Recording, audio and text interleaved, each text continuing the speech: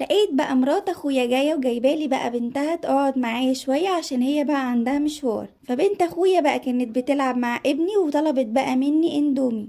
فانا بقى طبعا عارفه ان مامتها مش بتاكلها الحاجات دي عشان البنت بتتعب من المواد الحافظه. فانا بقى قلت لها لو ماما عرفت هتزعل مننا.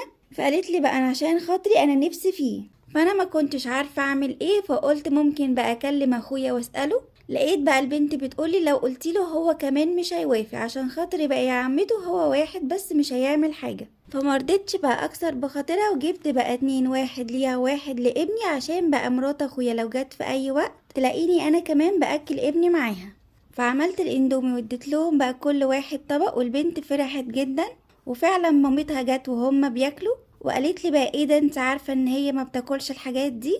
ولسه بقول لها معلش البنت كانت نفسها فيه وانا مرضتش ازعلها. لقيتها بقى شدت البنت بسرعة وبتقولي بقى انا مش هجيبها عندك تاني.